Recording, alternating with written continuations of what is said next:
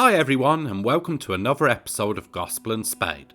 Today we will continue our overview of the geography of the Holy Land by examining the Philistine Plain in western Israel. The Philistine Plain, or the Plain of the Philistines, is situated between the Mediterranean Sea in the west, the river Yerkon in the north, the Schlegel in the east, and the rivers Gera and Besor to the south. This section of the coastal plain is by far the largest, at 50 miles in length. In the north it is 10 miles in width, and in the south it is 25 miles in width. The coastline is dominated by sand dunes and calcare ridges. Further inland, the plain is flat and very fertile. In modern and ancient times, the plain is used for the growth of grain crops. The ease of the terrain also meant that the major international highways, like the Via Maris, passed through this plain, bringing the benefits of trade and wealth into the area, though also the possibility that an invading army might pass through on their way to war. As in both ancient and modern times, this plain was the best route for any merchant army to take. This route was used by many different generals down throughout history, including Thutmose III, the Crusaders, Napoleon Bonaparte, and as recently as General Allenby in World War I, and many others besides. The northern portion of the plain was called the Plain of Ono, named after the city of Ono, and also the Valley of the Craftsmen in Nehemiah chapter 6 verse 2 and Nehemiah chapter 11 verse 35. The main cities in this portion of the plain were Aphek and the small port city of Joppa.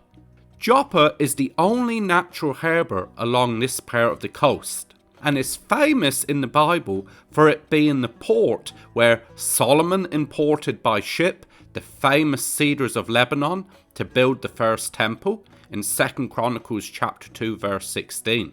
Also, the rebellious prophet Jonah took a ship from Joppa in Jonah chapter 1 verse 3.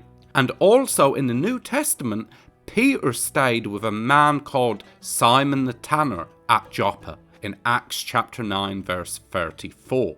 The southern portion of the plain in ancient times was dominated by the 5 city-states of the Philistines. These 5 cities were Ekron, Gath, Ashdod, Ashkelon, and Gaza. The presence of the Philistines in the plain meant that the tribe of Judah, who were originally meant to have inherited the whole plain, according to Joshua chapter 15 verses 45 to 47, were unable to fully take control of this area, according to Judges chapter 1 verse 18. Later on, with the arrival of the Greeks into the area, they renamed the plain Palestine, which is derived from Philistine. This later Greek name over time increasingly was used to refer to all the land of Israel. Both names are often used interchangeably to this very day.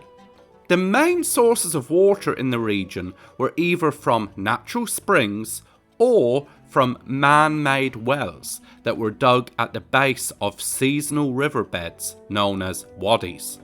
This dependence on man-made wells in the region is demonstrated in the Old Testament during Isaac's stay in the southern portion of the plain in Genesis chapter 26 verses 15 to 33, where he and the Philistines contended over the control of several wells that both he and his father Abraham had dug in the area.